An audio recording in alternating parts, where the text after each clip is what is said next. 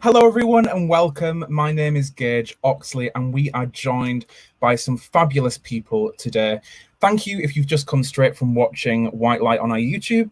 If you haven't seen Whitelight yet, you can still watch it on our Amazon Prime, available right now on Amazon Prime UK and US. Now, this is our Whitelight post-show chat. If you want to see the post-show chats for our other episodes, they're available right here on our YouTube channel too. It gives me a lot of pleasure to introduce the fabulous Ollie Madden. Hello, Ollie. How are you? I'm good, thanks. How are you, Gage? Good. Yeah, I'm surviving through the pandemic. Yeah. What have you been up to? What's been what have you been doing? I mean, it's quite hard at the moment, obviously, because all the whole industry's really gone on hold while it's all been going on. So, honestly, not much. It's quite boring. I've been trying. Tell you what, I've been trying to do to be productive as much as I can. So, I've been trying to learn Spanish actually, but apart from that, really not much at all. ¿Cómo estás? I'm learning. I'm new. But yeah, I'm just trying to keep productive really because it's quite annoying that everything's gone on hold. But hopefully things start opening back up again and it all starts again. Yeah, fingers crossed. Well, thank you so much for being here. And no worries. Had the Whitelight premiere just a few moments ago, and we watched it together. And Sam Curry, who plays Mitch in the show, he's going to be joining us in about 10 minutes. There's Canadian time differences and stuff. He'll be joining us there. So, and also for those who love Rochelle, like all of us, unfortunately she wouldn't be able to join this live stream, but we are releasing a very exclusive Q&A with her next week on our YouTube. So for people who do want to see that, we are really, really excited to share that with you. If you've got any questions for us, we can see them. You might notice that this is looking a little bit different from our previous ones if you've been on the live streams before, and it's actually because it's working as well. We've got the fantastic Sian Carey, who's our producer, and she is on broadcast. So if you do want to drop us a question, Sian is on the line to drag them into our show so we can see them. So, Ollie, what do you... I mean, obviously we filmed Whitelight 8 months ago now, which is it's mad. It's insane. I know. Like for you, what was that experience like? Honestly, it was brilliant. It was because it was over a weekend while I was at uni. So just having that weekend out with everyone, being on a professional set, it was brilliant. And because it's quite a diverse topic, and some scenes are quite quite exposing and stuff. I was quite nervous. Yeah, I was quite nervous about filming. Never met. I'd met you and Sian. That was about it, I think. But working on set, everyone was lovely. It was a great atmosphere, and I can't wait for the next one, the next season. I know. But it was lovely. It was lovely. For those who don't know, we are doing a second season of A Series of Light, which we are dead excited about. Ollie, you are coming back as the sinister. I am. I think there's some ways to go a little bit more deranged with him, don't you think? Yeah, hopefully. Brilliant. And obviously, when we filmed Whitelight, that was you mentioned it was quite a vulnerable experience because the character that is so different from yourself is quite a creepy, sinister person. Did you have to do research about catfishing and that kind of person, because it's such a bizarre thing? Oh, definitely, because I remember I was speaking about in the early stages we were speaking a lot about the idea and why people do it and why would you do it, but then doing what Whitelight did, which was look at why people did it from the catfish's perspective, not about people getting catfished, I thought was so interesting, and was when I heard it I was like completely on board. But definitely just hearing the odd listening to stories. I've had a lot of friends who it happens to, and it happens a lot to. It happened to me a lot as well. So it's just sort of coming up with reasons in your own head why someone might do it, and sort of why they do it and what they think they're going to get from it. There definitely was that aspect I looked into while preparing for the role. Yeah, I mean, it's such a massive character. And actually, Jess has got a question here. So thank you, Jess. She asks, loved the ep. Ollie, what do you think was Aaron's end goal? What do you think was going ahead? To be fair, I think it was. Yeah, thank you. I think Aaron I think he's very shy, and I think he's wanted that sort of, because it's obviously been a secret for forever, that he is gay, and I think he's never obviously had that attraction. He's had that connection with somebody. So I think at the point in which Whitelight is set, he's just taking anything he can get, and maybe in his head, I think what I thought is that it'll all sort of play out right if I can just sort of win him over. I can just get as much as I can seeing him naked, and do you know what I mean? Maybe it'll all unfold. But I think at the time, I think he's quite desperate, and he's desperate, and he's just trying to get what he can. I think at that point. Yeah. And I think he's not too worried about the later consequences that will happen. As you can see through the reaction, when he realizes it all has gone a bit awry, you can see how distraught he is. Not only that he's obviously upset his friend, but the whole thing with Mitchell is gone, and that was his only sort of relief. In this, do you know what I mean? Yeah. But I think he was quite greedy in the sense that he just wanted to. It was very now and then. He just wanted any pleasure he could get from whatever he could find. Yeah. And what's interesting, especially, I don't know if you think this as well, but with the pandemic and stuff, everyone has been so attached to this online persona, online character. It kind of feels really relevant right now. Yeah, absolutely. Because everything is, all these meetings, or you're chatting with your friends, it's all done online, and it definitely is a big issue, catfishing, because you can pose as anyone online. So I definitely think it's very relevant. Yeah. Do you kind of not sympathize as such, but do you understand where he's coming from? Because I guess to get in the head of that character, you've got well, absolutely. I definitely think to get into or to portray what Aaron's thinking, I definitely have to at least on some level understand why and what it is he's doing. So I absolutely understand. I think he's he's deprived of this sort of sexual attention. He's never had it before, and he's willing to go to quite extreme lengths just to get it, really. So I definitely I think I can, not that I'm saying I'd ever do it, but I understand where he's coming from. I mean, it's just so, I mean, it is so easy to do. And I think when we started writing this, I remember our first meeting was at GAY in Manchester. 12 o'clock in the afternoon. I had to wait until it opened. It was crazy. And it was really nice because we got to a point where we were having a chat about what type of story you want to tell and what type of character you want to be. And it was nice because you mentioned that you'd always played these kind of very much boy next door characters, the very innocent good guy. And this was a real opportunity to play someone a bit more complex. Exactly. And you saying that as well, which is why I'm excited for season 2 to see where that takes it. Because I think prior to our meeting, I'd had a chat with a few people, and they were saying, try and leave the comfort zone of this friendly boy next door kind of guy. Which is why when we were speaking about it, I was so up for it. I was like, this is brilliant. And the character and the idea for the story as well, I thought it was fantastic. So, yeah. and obviously when you're watching it, because we watched it together when it went on YouTube just then, did you feel that was kind of, was that kind of as you saw it in your head when reading it? How much you'd prepared or how you planned it? Did it kind of fit what you were thinking?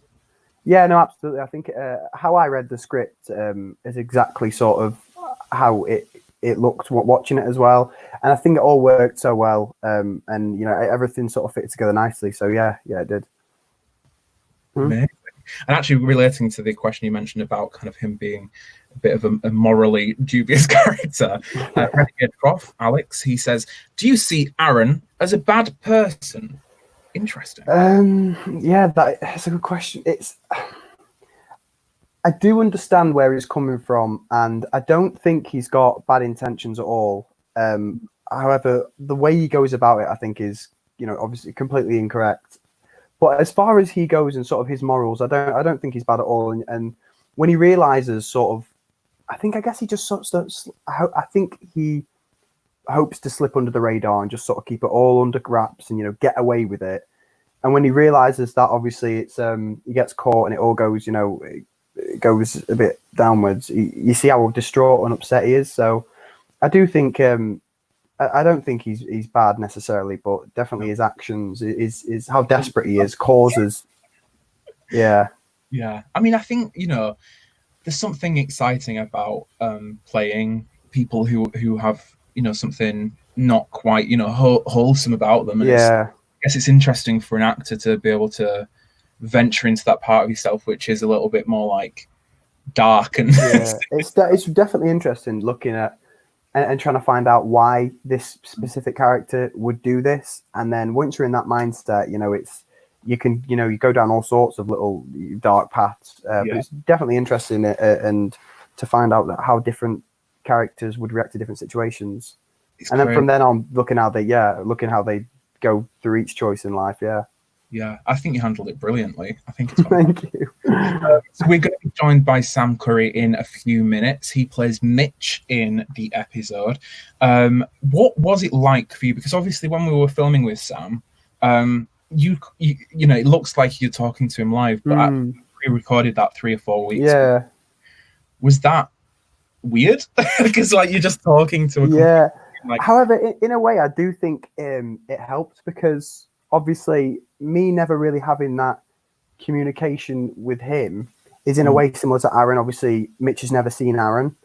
yeah, So I think that in that sort of like helped me in a way because I feel I could relate more. But yeah, it definitely was a bit odd, just seeing this video and then going off that responding and stuff. But it was a great video, really believable as well. Like how he's just casually lying down, just literally like I'm doing now, just lay down in his own home. yeah, But no, yeah, it was a really well put together video, and everything just ran so smoothly. So it wasn't it was easy to work with. Yeah.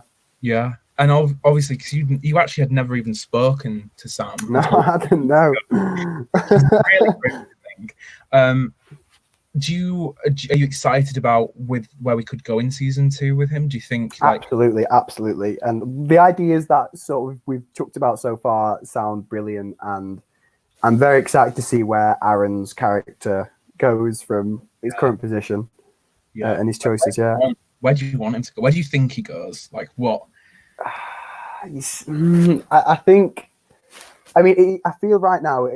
So he hasn't actually been caught. He's still under the radar, but he's got a choice. He can either stop it. Obviously, it's gone really wrong, and go down this, a morally right path, or he Yeah, can venture, and or he can venture downwards and go, I need to try harder. That sort of thing. yeah. Yeah. It's like So it could go anywhere. It could go anywhere. Yeah, it could go anywhere. Good. But I'm excited. I'm excited. Hopefully we'll manage to get you and Sam in more scenes as well, because that'll be quite fun. For people who are joining on the live stream, hello and welcome. Please do drop in your comments, your questions into the comments thing below, and Super Shan in broadcast, she's able to drag them on. So if you've got any questions, feel free to drop them in. Ollie, what's next for you? Are you working on anything new right now? Obviously, you've graduated recently, so congratulations. Yeah, which is scary. Thank you. That whole, university being over is so scary. I'm in the real world now. But at the moment, it's just obviously because the industry's been on hold, it's been quite scary. Like, nothing's coming through. But as things have started to open back up again, so hopefully with that, more auditions, more work can come from it. But apart from that, yeah, it's just working at the moment. Nothing too interesting. But yeah, hopefully more things come through. Yeah. Yeah. And what type of, like, if you could make your dream role, what would it be? Like, what's your like Oscar-winning role that you would like? Oh, honestly, I don't know. I honestly don't know because I feel I'm still in the stage where, and this is weird to say because I've just studied acting for 3 years, but I really want to just try and experiment with lots of different roles and see, okay, that doesn't really work for me, or like, wow, I really didn't think that would, but it does work for me, that sort of thing. So I think just experimenting with new things at the moment and trying to get as much coverage as possible. Yeah. Yeah. Well, this is a definite like stretch. Absolutely. No, this is why I was so intrigued. I was like, this is brilliant. Yeah.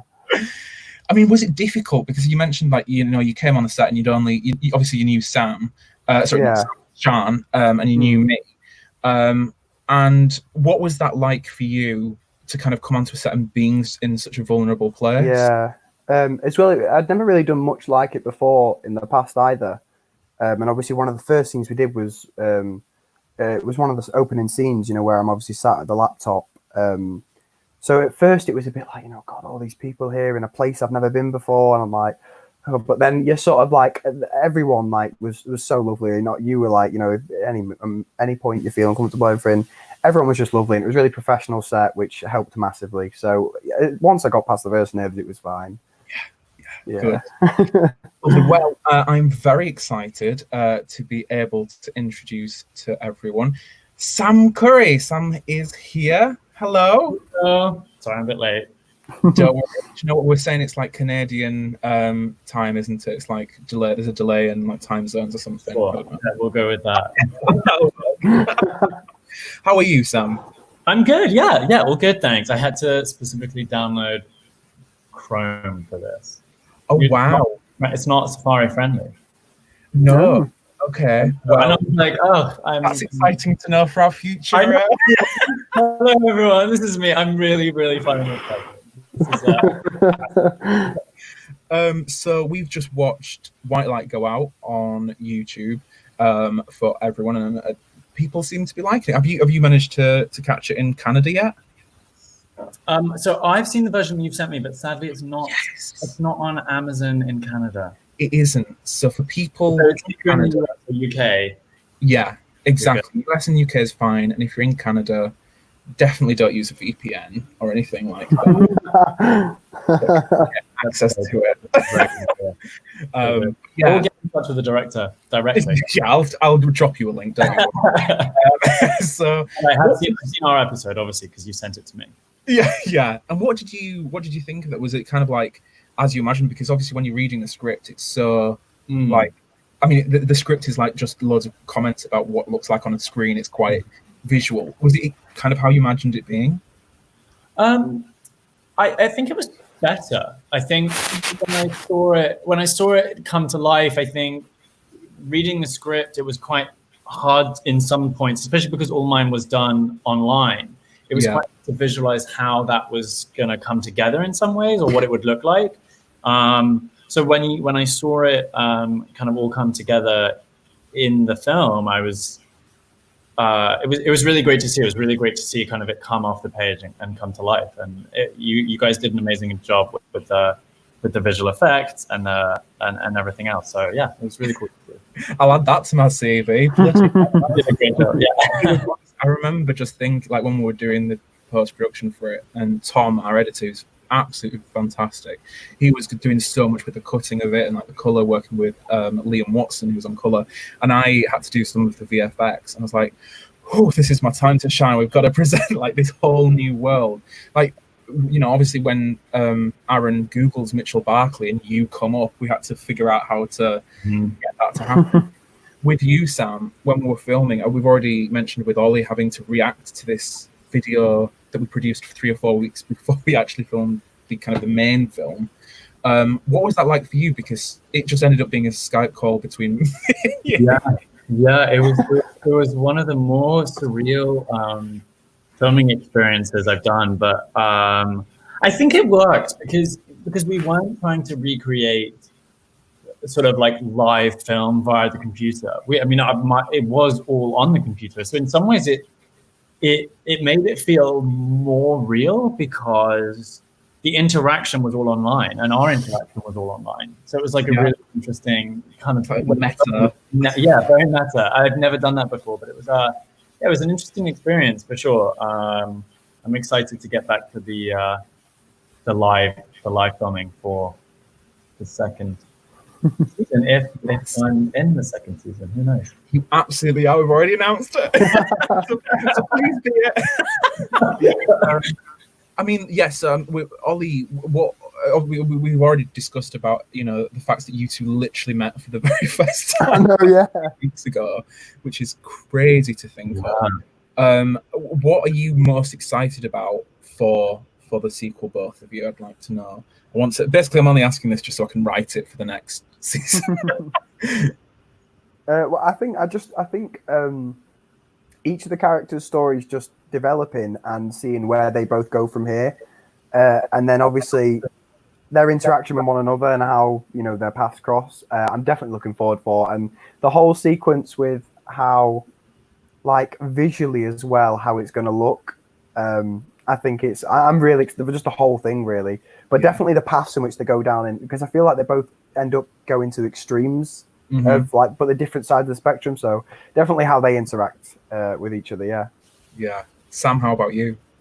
Yeah, I think I'm just really excited to have Mitch's character develop, because obviously we only get like a real snippet of him in the first episode. So I think, getting to learn, especially the audience, like getting to learn more about him and see more of him. And I think, if it's like Ollie said, I think the plan that we have for the visuals of it and the stylistically what the episode or what the film is going to look, or the episode's going to look like, I think is really exciting to kind of work on as actors and producers and for everyone. Yeah, I think it's the one that I think we've gone most far away from in terms of the first season. Like, it's the one we've really changed directions with, like stylistically and tonally, which is really, really exciting. And obviously, we'll actually be able to have you on set, Sam, which is nice, rather than just on a Skype screen. We've got a question from Jess here. Jess Redhead, thank you ever so much. She asks, can you tell us anything about Mitch's backstory? Interesting. Thank you, Jess. I know we've discussed it a little bit, Sam, kind of especially with the second season as we go into more detail. Can you shed any light? Yeah, so I think we decided that Mitch is, I think he's someone who, he's quite a complex character in some senses, because he, on the one hand, is obviously quite victimized by Ollie's actions and behavior online. But on the other hand, he's someone who is quite happy to engage in these online interactions, and is someone who is quite happy to potentially be quite exhibitionist or quite voyeuristic. And I think like potentially morally, he's not 100% sure like where that line is. And I think in the second season, you'll get to see more of his character and the development of that. And I think, I think you just see him as a more well-rounded figure. It's tough to talk about without. I don't want to give away any. Without spoiling it, yeah. So, but yeah, I think what also we want to look at with Mitch's character is, obviously in the first episode he's slightly catfished. Well, he is really, and we want to look at how people interact to that and respond to it, especially because what we have in this episode and the second episode is an interaction between the kind of queer community and the straight community. And I think looking at kind of Mitch's involvement with that and like how he responds to it will be interesting to see. Yeah, definitely, and incredibly relevant as well, because like, in terms of things right now and over the last few months, it's almost like we're ahead of the game with the pandemic, everything online. And the fact that we actually filmed your whole thing online, we're seeing films now being made entirely through Zoom, Skype, and stuff like that. Where do you think the world is going in terms of creating content? Do you think a lot of it is going to be more online and digital and animation and stuff like that, or do you hope that one day we will be back on set and being able to be less than 2 meters apart from one another? I would say that, I would hope that we will return to on-set production. I think you can do a lot online, and I think the pandemic has really shown everyone that maybe like working culture and our habits can change for good in some ways. We can kind of work more flexibly and be protective of one another. But I think for the medium of film, you really do need that kind of in-person interaction for a lot of it. But potentially, safety protocols and like making and well-being might be kind of taken into consideration more in future on set. I know that in Canada, things are returning to on-set production, but just with very kind of careful and limited and monitored protocols. But I also think it's been really interesting for me as an actor. I think getting, I think the norm going forward for actors, if anyone watching is an actor, most of the industry, I think, is going to move into self-tape territory for pretty much all auditions going forward. So that's like a real skill as an actor to kind of master and to get used to. and voiceover. I've been doing lots of voiceover work, which is the first I've ever done of it, which has been quite interesting. It's quite nice actually as an actor because you're kind of just at home and the pressure's a lot less. And I think the world of animation is really booming right now, and maybe that will continue as well. So yeah, my experience of it. Cool. And Ollie, for you, I mean, as an actor just fresh out of university, Yeah. more roles, are you thinking that actually this digital world do you think it could maybe make you have to be more creative, or do you think it restricts?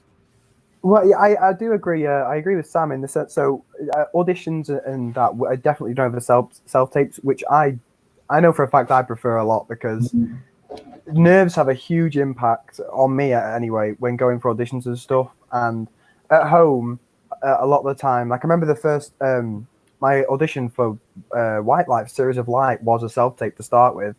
And it's just because you can read the script a few times, you can get into that comfortable mindset and give the best performance possible. However, I think definitely when making films, I think it is great what people have been able to do, make them completely over computers and stuff. However, I think getting to that high level of standard that we expect in films, it will be essential to do it in person on your sets and with your camera crew and that. Yeah, definitely. But with the whole self tape thing, I really don't mind doing self tapes more so than going in for auditions. Yeah, I like them too. I think once you get used to the format of them, they're a lot less pressurized than kind of in person. And like if you mess it up, you can do it again until you get good. Literally. It's a more accurate representation of what you'd be able to be like on set. I've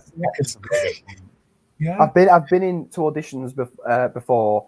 Been so nervous, done it, and then I'll leave, and my dad or someone go, "How did it go?" I cannot remember how it went because I was so nervous in there, and I just blurted, and then I was like, "What have I just done in that room?" But yeah, I'm definitely a fan for self tape. Good. Well, hopefully, fingers crossed, we can come out the other side of this pandemic with a lot more positives. We do have a question sent in from someone who cannot send it in live, so I do apologise for that.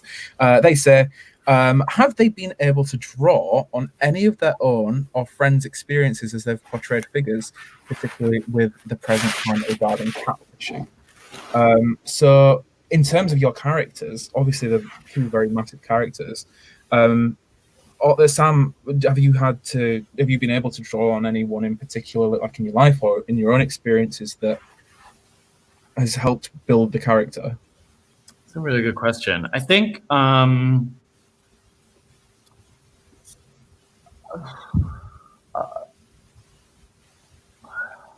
don't know. I mean, I certainly have drawn on online bullying. I think everyone's kind of experienced online bullying at some point, and where people will leave certain comments, or even in there's forums out there. You'd be surprised what people will create forums about anyone. So I've had experience of that. Where people will say the most outrageous things, and none of it's true, and there's nothing you can kind of say about it. So I guess that was an experience for me. But I think in the first episode, Mitch, he doesn't really have that many repercussions to the catfishing, right? You kind of see a very small element of it where he thinks he's talking to someone, and then he's not really even aware necessarily that what's kind of going on. So I suppose, in terms of what Mitch's, chat rooms and Mitch's kind of experience, I mean, not really, but I think everyone has at some point, if anyone's done long distance or anything, everyone's had experience with Zoom and I don't know, FaceTime and things like that. I don't know, maybe on the smallest degree, but no, have I ever actually been catfished, or do I know anyone who's been seriously catfished? No. Although, actually, having said that, it's interesting if you think about how people present themselves online, right? Because yes, it's about specifically catfishing, but Gage, you and I have spoken about this before. I think everyone presents a version of themselves, right? Which is different to what might be the actual reality. We all the time on Instagram, on Twitter, on TikTok, like we all present like the best versions of ourselves.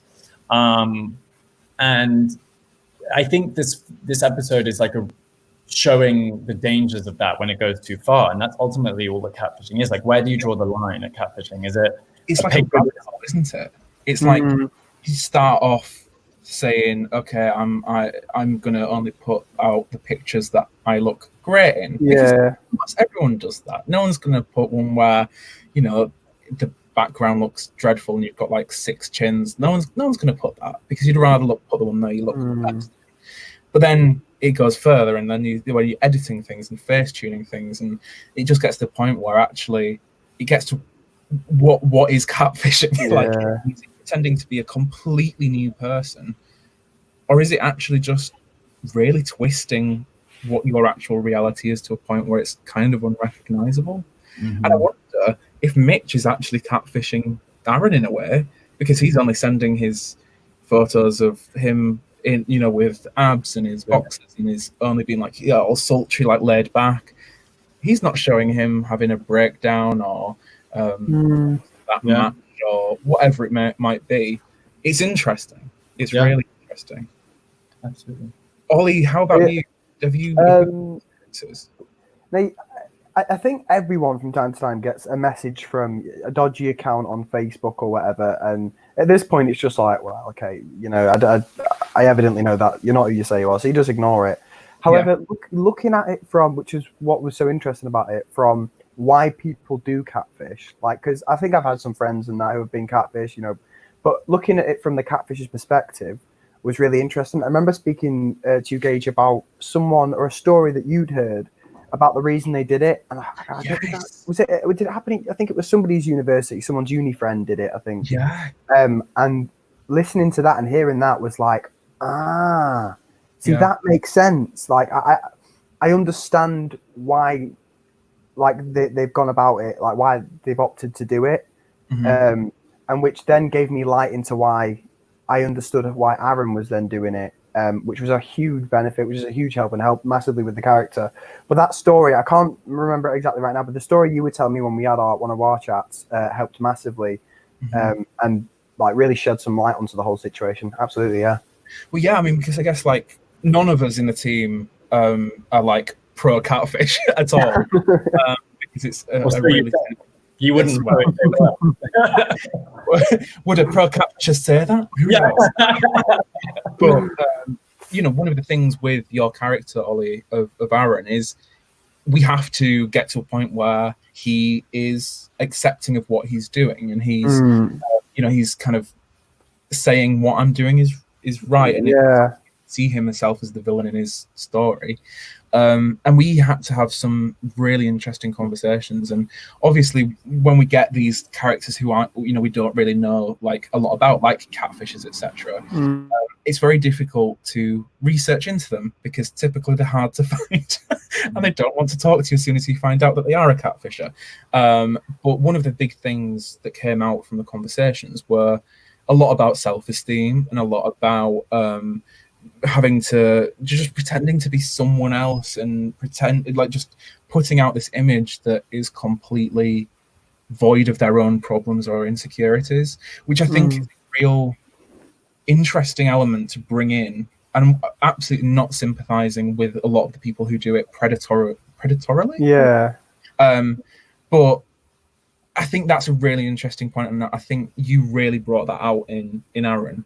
And it's something we don't really see. We've seen catfish with Neve and Max, and that's really kind of lightened it up. And we always see the victim side.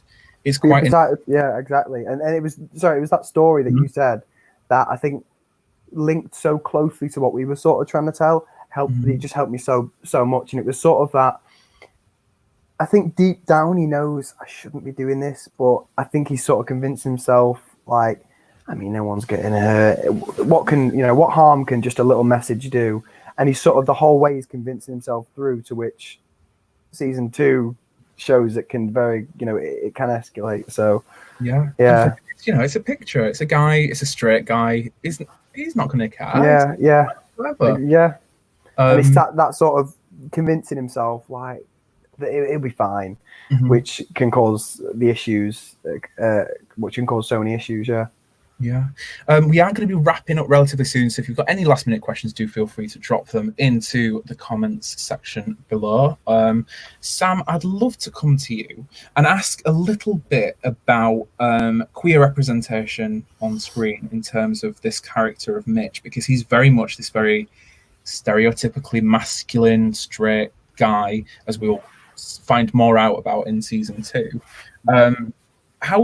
What's your kind of feeling about playing characters that are masculine for gay people, and then for gay people to play for straight people to play gay characters? I know it's a massive debate conversation. I'd just like to get your thoughts on it.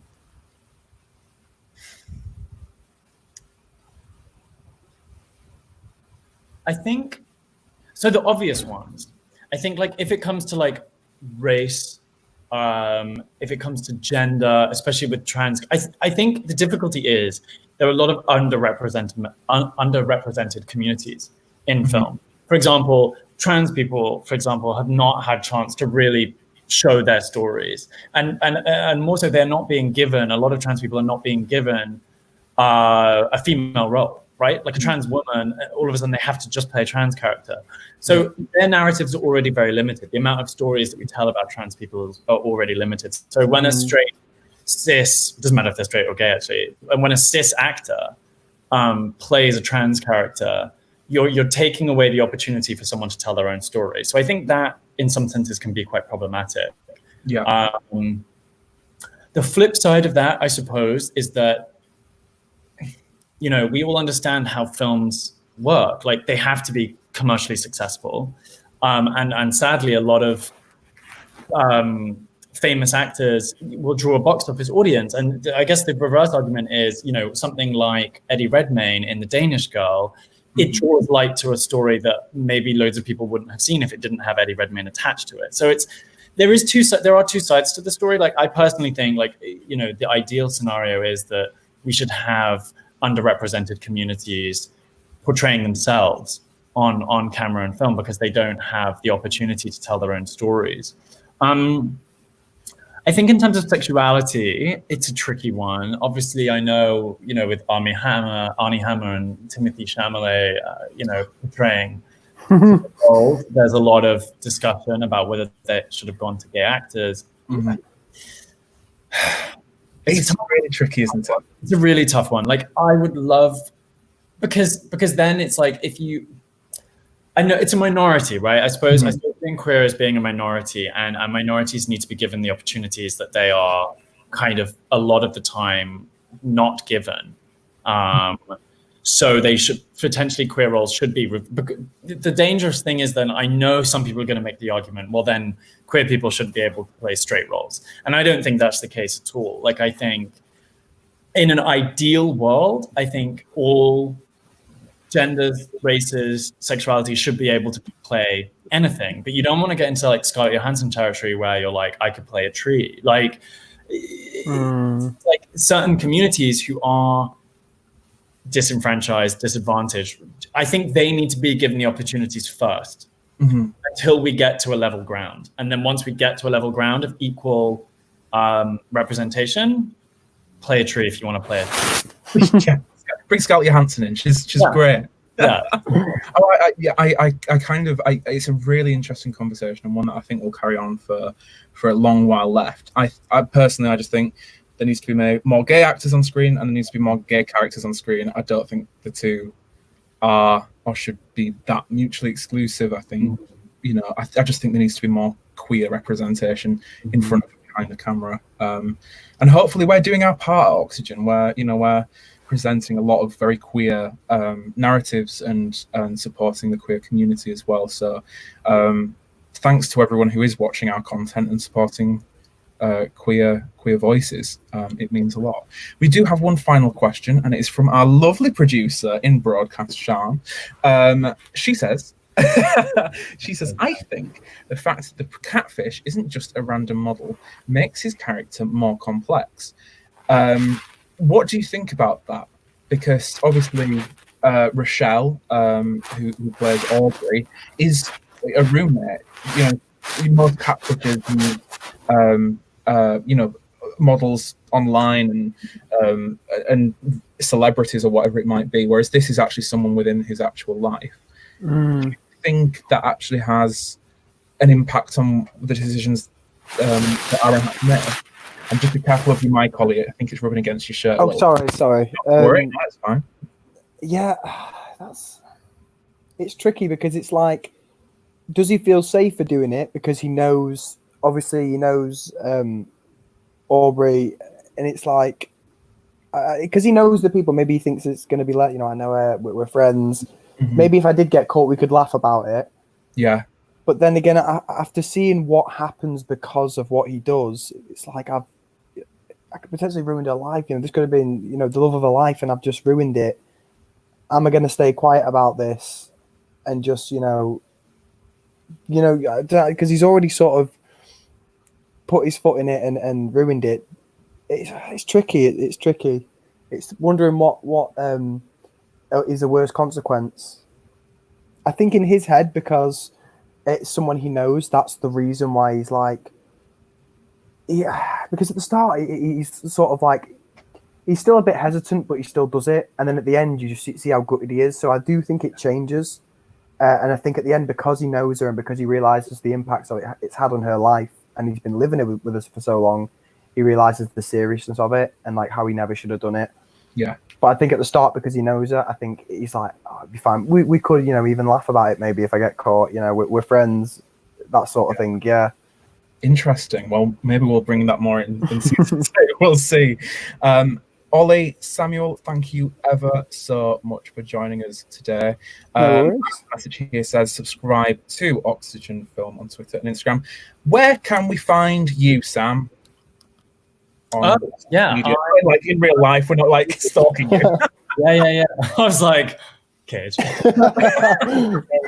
I'll put it in it's at Samuel Curry on Instagram. I'll put it there. I don't know if it can. And then we'll be able to shove it into a banner. Here we go. There you are. On Twitter. Brilliant. Sam Joe Curry on Twitter. And Ollie, as for you, how can we find you for people who want to see more? So I'm actually in the process of making a more professional acting-based Instagram account, because at the moment I've done one for Twitter. I basically changed my Twitter because I didn't use it too often. Changed it into a networking platform, so following casting directors, all stuff like that, seeing what's new. And it's not really social media for me anymore. It's a lot focused around the industry. I think I'm going to do the same with my Instagram.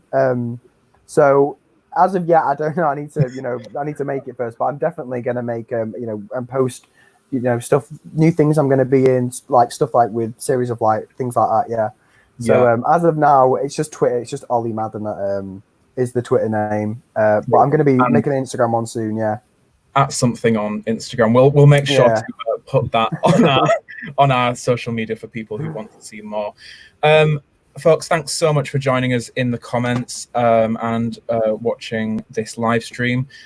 If you are watching this non-live, please do feel free to drop some comments in. We can answer the questions, obviously, afterwards as well. Next week, we are going to be joined by the fabulous James Coote-Savlis, Luke Hudson, and Nathaniel Farrer at the later time of 8:30, with the episode streaming live at 8 o'clock. Thanks so much, everyone. Please binge the first series, support independent film, and support queer artists. Thank you.